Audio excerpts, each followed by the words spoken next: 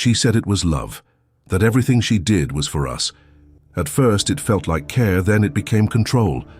I thought it was normal, until I found a hidden message on her phone.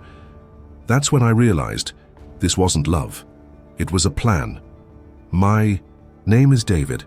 For legal reasons, I'm changing names and some details, because this story is still unfolding. What I'm about to tell you is how I lost myself completely in what I thought was the perfect relationship. This is also a warning, because the woman in this story, let's call her Victoria, she's still out there, and she's looking for her next victim. For 3 years, I lived in what I thought was the perfect relationship. Victoria was everything I thought I wanted. Beautiful, intelligent, successful, devoted. She loved me so much that she wanted to be involved in every aspect of my life. Or so I thought. What I discovered was far more sinister. Victoria didn't just want to control my life. She had been systematically destroying it piece by piece, relationship by relationship, dream by dream. And the most terrifying part, I wasn't her first victim. It all started 18 months ago at a corporate networking event in downtown Chicago. I was there representing my marketing firm, trying to land new clients, feeling completely out of my element in a room full of executives and entrepreneurs. I was standing awkwardly by the appetizer table, checking my phone for the 100th time, when she approached me. "Victoria, you look like you'd rather be anywhere else but here." Victoria was stunning. Not just beautiful, but magnetic.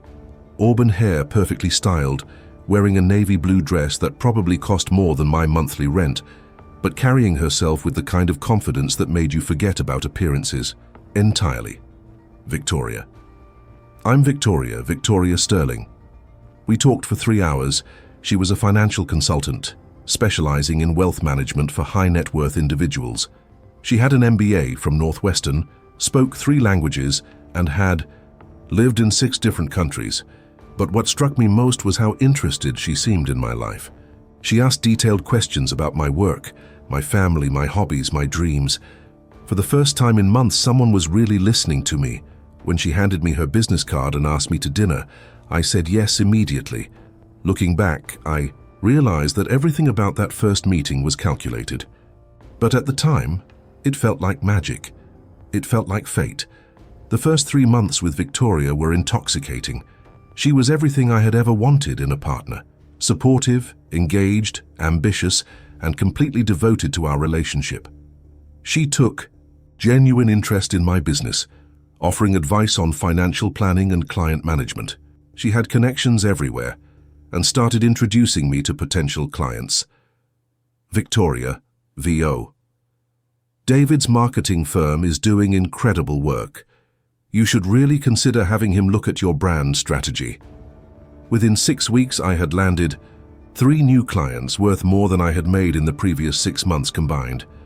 Victoria was transforming my professional life, but it wasn't just business. She seemed to understand me in ways no one ever had. She remembered every detail of our conversations, celebrated my small victories, and offered comfort during setbacks. Victoria, VO. You're so much more talented than you give yourself credit for. You just need someone who believes in you. She started staying over most nights. Her apartment was much nicer than mine, a penthouse with lake views, but she preferred my cozy place. She gradually started leaving things at my apartment: clothes, toiletries, books, her favorite coffee. It felt natural, like a relationship evolving organically. For someone who had struggled with relationships in the past, this level of attention was addictive. I felt seen, valued, loved in a way I had never experienced. But there were small things that, in retrospect, should have been red flags. She never wanted to meet at her place. When I suggested it, she always had reasons why mine was better. Her building was having construction work, her neighbor was loud, she had forgotten something important at my apartment. She also seemed to know things about me that I didn't remember. Telling her details about my childhood, my college experiences, my past relationships. When I mentioned this, she would laugh it off. Victoria, VO. You told me that weeks ago. You must have forgotten. And slowly, almost imperceptibly, she started making suggestions about how I could improve my life. Victoria, VO. Have you thought about updating your wardrobe? First impressions matter so much in business. Maybe you should consider joining a gym. Physical fitness can really boost confidence. Your friend Jake seems kind of negative. Successful people surround themselves with positive influences, always framed as helpful advice, always presented as caring concern. I didn't realize it at the time, but Victoria was conducting a comprehensive audit of my life, identifying weaknesses, cataloging relationships, mapping out exactly how to reshape me into whatever she wanted me to become. Victoria also seemed to have an uncanny ability to anticipate my needs. If I mentioned being stressed about a presentation, she would show up with my favorite takeout. If I was feeling insecure about my appearance, she would compliment exactly the right things. But looking back, I should have wondered, how did she always know exactly what I needed? Month 4 was when the suggestions became more frequent and more specific. Victoria started expressing concern about my spending habits. Victoria, VO. I know you're doing well with those new clients, but maybe we should look at creating a budget. I could help you optimize your finances.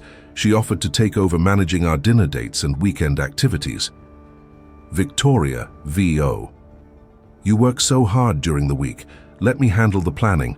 I'm good at finding the best places.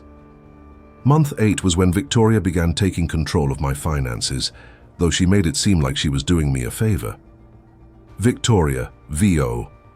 Your bookkeeping is a mess, David.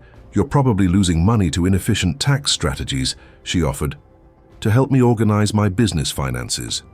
Since she was a financial advisor, and since my business was growing rapidly thanks to her connections, it seemed logical to accept her help. Victoria restructured my entire financial system. She set up new business accounts, consolidated my personal banking, and created detailed budgets for both business and personal expenses. Victoria, VO. This way, you can focus on the creative work you love, and I'll handle the boring money, management stuff. Within 3 months, Victoria had comprehensive oversight of my financial life. More importantly, she controlled access to my money. Every financial decision became a negotiation with Victoria, and since she controlled the accounts, she had ultimate veto power over any spending she deemed unwise. I couldn't buy a laptop without her approval. I couldn't help my sister without Victoria questioning if it was wise. I couldn't take a vacation alone without Victoria pointing out the cost. Victoria also began commenting on my friendships, never directly criticizing, but always planting seeds of doubt.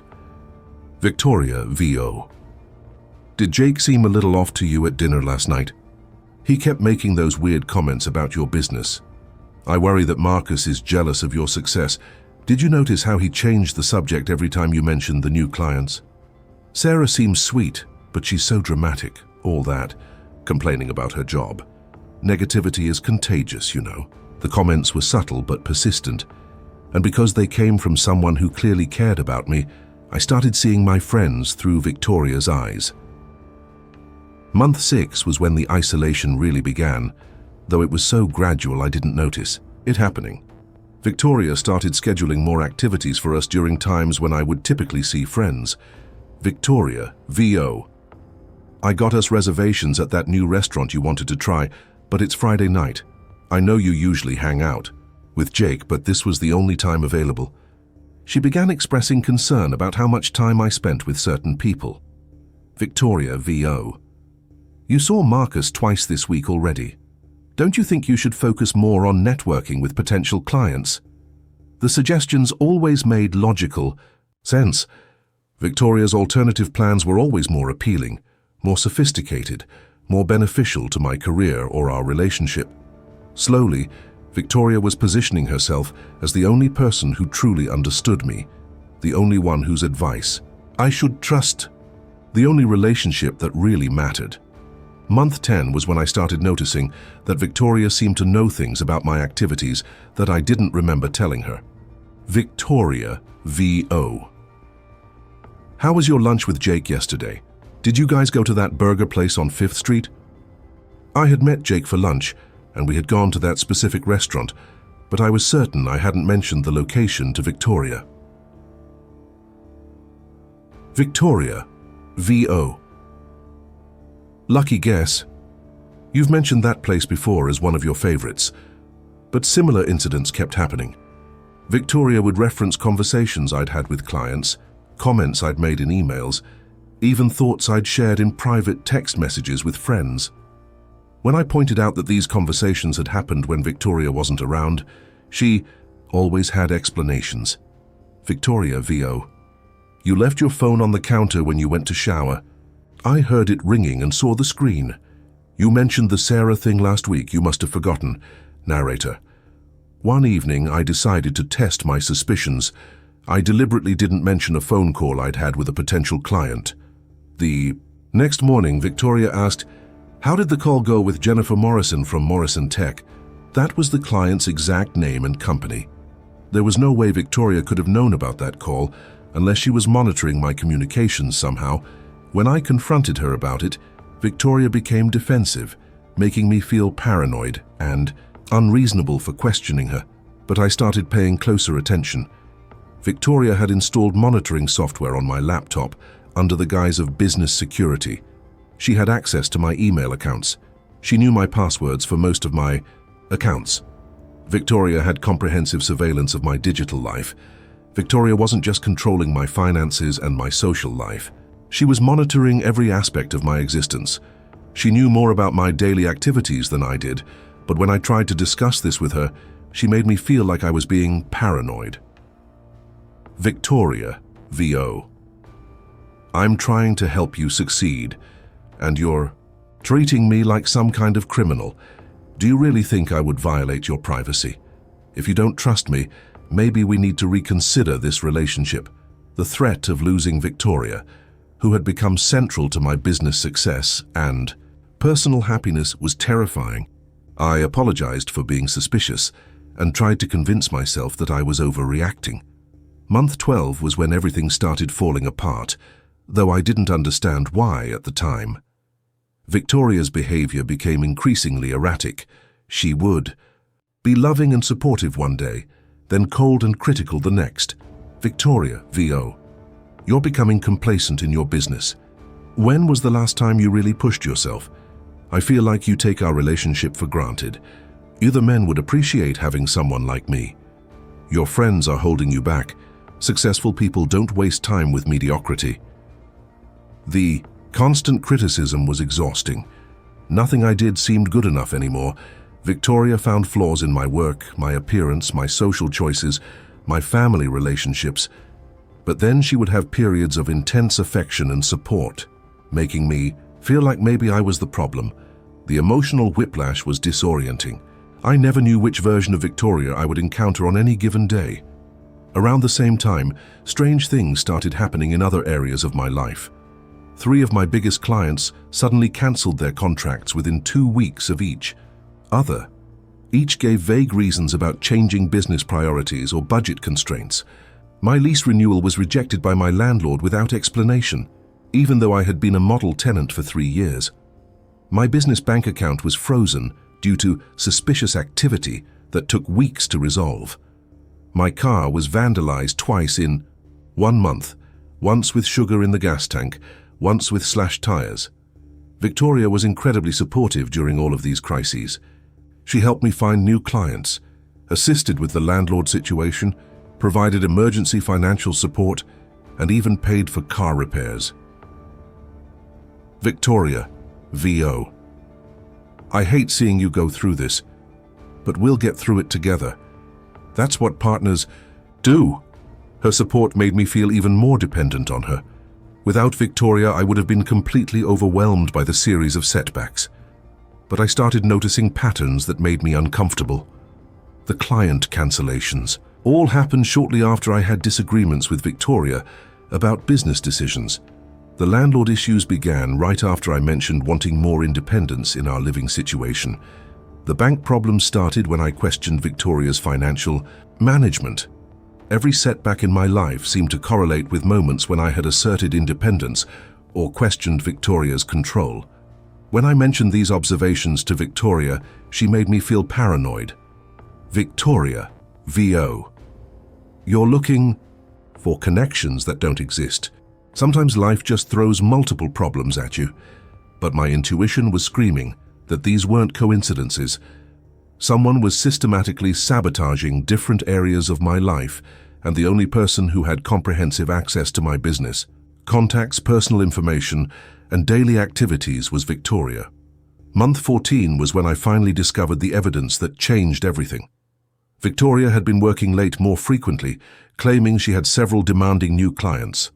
She would come home exhausted and distracted, often falling asleep immediately. One night, she fell asleep on my couch while checking emails on her phone. The device was still unlocked in her hand when I gently tried to move it to the coffee table. That's when I saw the message notification on her screen. It wasn't from a client. It was from someone named Dr. Patricia Hendricks, and the preview text made my blood run cold. David is progressing exactly as predicted. Isolation phase complete. Ready to begin extraction. My hands were shaking as I quietly took Victoria's phone to the bathroom and read the full message. Victoria, excellent work on the David project.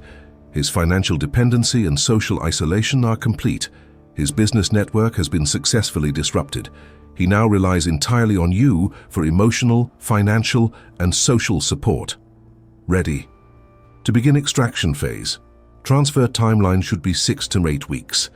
After that, we can move to identification of next subject. The research committee is very pleased with your documentation.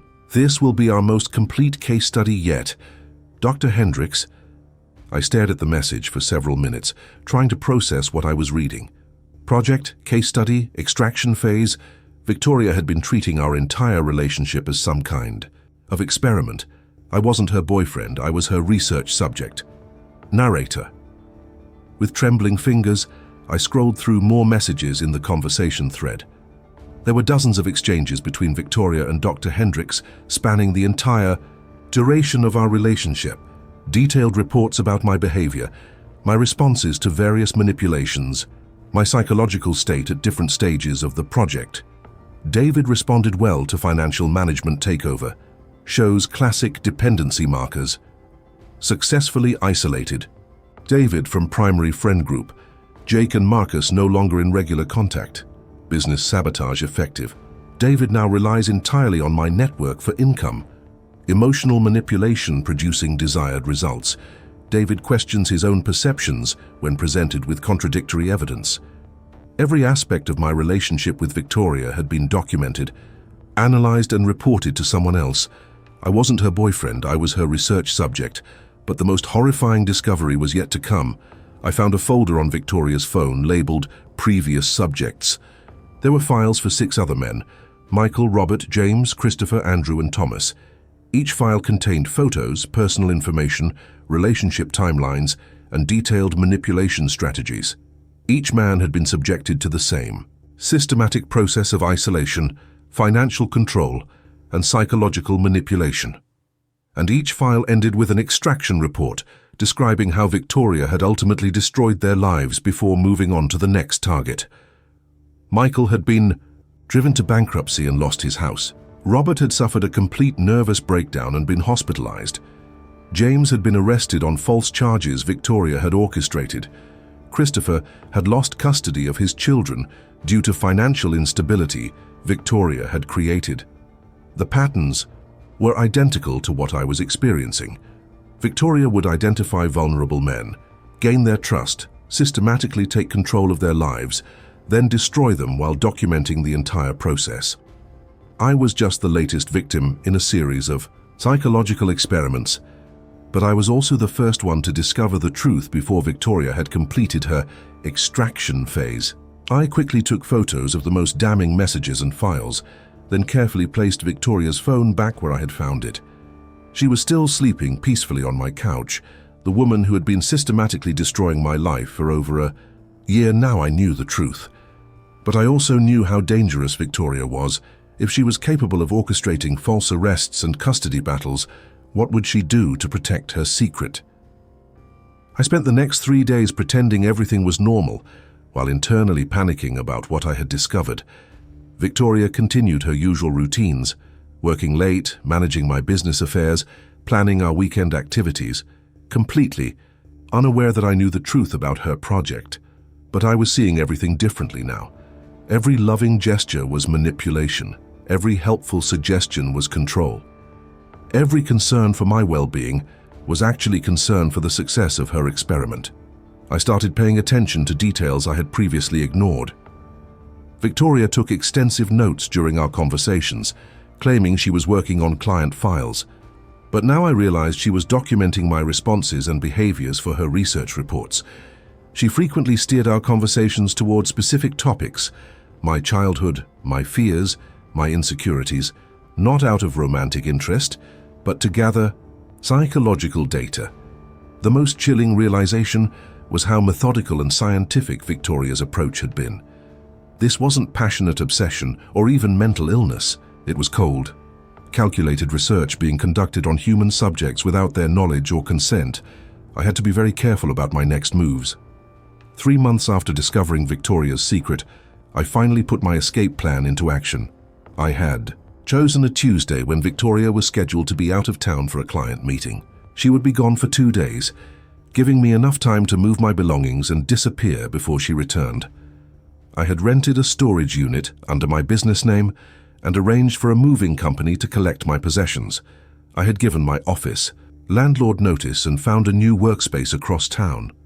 I had transferred the remaining business assets to my secret bank account. The morning Victoria left for her trip, she was unusually affectionate. "Victoria, I'm going to miss you. We should plan something special for when I get back. Maybe that weekend trip we talked about." "Sounds perfect," I replied, hating how easily the lie came. But as soon as Victoria's car disappeared around the corner, I put my plan into motion. The movers arrived at 10 a.m. and worked quickly to pack my belongings. By 2 p.m. my apartment was empty, except for furniture that had come with the lease. I left Victoria a printed letter on the kitchen counter.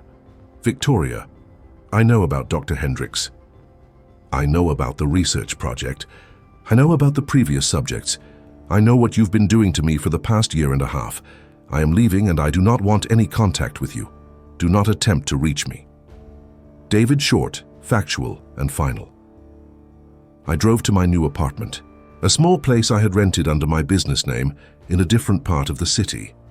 I spent the evening setting up basic necessities and preparing for Victoria's inevitable response. Her first attempt came at 6 p.m. 17 missed calls in rapid succession, followed by a series of text messages. "David, what is this letter? I'm confused. Please call me. I don't understand what you think you found, but we need to talk. You're making a huge mistake. I love you. Whatever you think is happening, you're wrong. Come home." I blocked her number without responding, but Victoria was far from finished. At 9 p.m., she appeared at my office building, somehow having discovered my new location.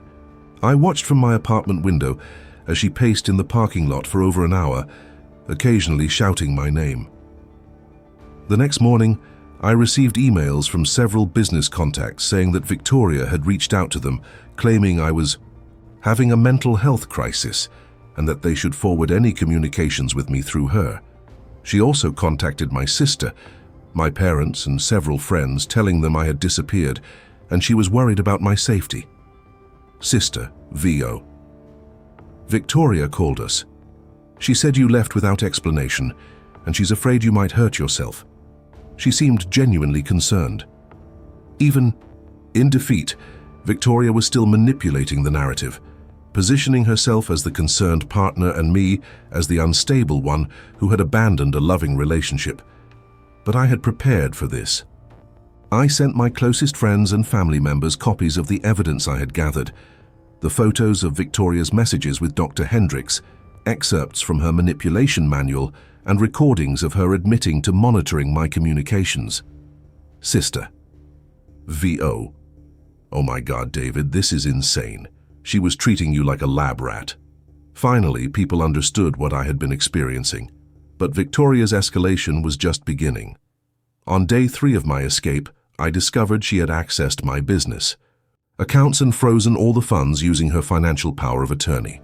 On day 4, my new landlord received a call from someone claiming to be my doctor, saying I was dangerous and shouldn't be allowed to rent property. Victoria was using every system of control she had established to prevent my escape and punish me for attempting. Victoria's escalation forced me to take legal action much sooner than I had planned. With help from a lawyer who specialized in harassment and stalking cases, I filed for a restraining order and prepared a comprehensive legal complaint documenting Victoria's manipulation tactics. But the most damaging evidence came from an unexpected source. Dr. Patricia Hendricks contacted me directly. Dr. Hendricks. VO. Mr. Davidson, I understand you've discovered some concerning information about Victoria Sterling. I believe we need to speak. Dr. Hendricks was a psychology professor at Northwestern University who had been conducting research on romantic manipulation patterns. Victoria had approached her 18 months earlier, claiming to be documenting her own relationship for academic purposes. Dr. Hendricks, VO. When I received your evidence package, I was horrified. What Victoria described as self-documentation was actually systematic abuse of an unknowing victim. But the breakthrough discovery was that Victoria wasn't just targeting me. She was simultaneously conducting research projects on 3 other men in different cities. For the first time, Victoria's victims worked together instead of suffering in isolation. We pooled our evidence, coordinated our legal strategies, and prepared a comprehensive case against Victoria spanning multiple jurisdictions. The trial took 8 months. Victoria faced charges in 4 different states: fraud, stalking, harassment, identity theft, and what prosecutors called systematic psychological torture. She was sentenced to 12 years in prison. It's been 2 years since I escaped Victoria's control. I'm in a healthy relationship now with someone who respects my autonomy and supports my independence. I've rebuilt my business and my friendships. I've learned to trust my instincts again. But recovery from psychological abuse isn't like healing from a physical injury. You don't just get better and move on. You learn to live with the experience, to use what you've learned to protect yourself and others.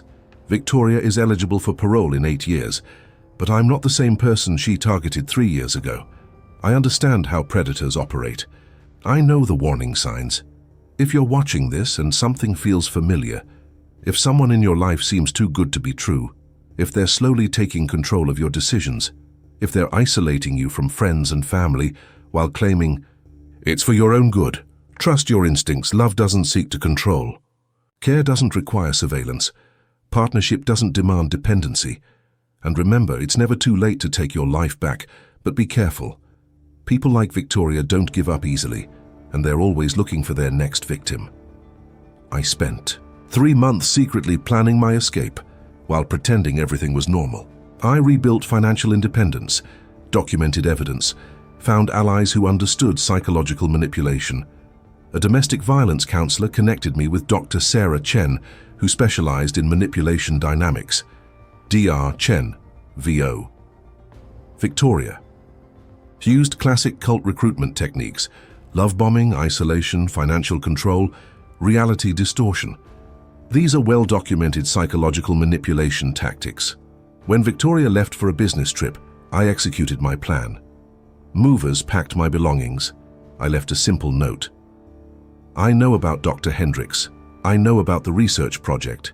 I am leaving and do not want contact." Victoria's response was immediate and terrifying. 17 missed calls, text messages ranging from confusion to threats. She appeared at my new office. She contacted my family, claiming I was having a mental health crisis. David left without explanation. I'm worried he might hurt himself. Victoria used every system of control she'd established to prevent my escape. She froze my business accounts using financial power of attorney. She told my landlord I was dangerous.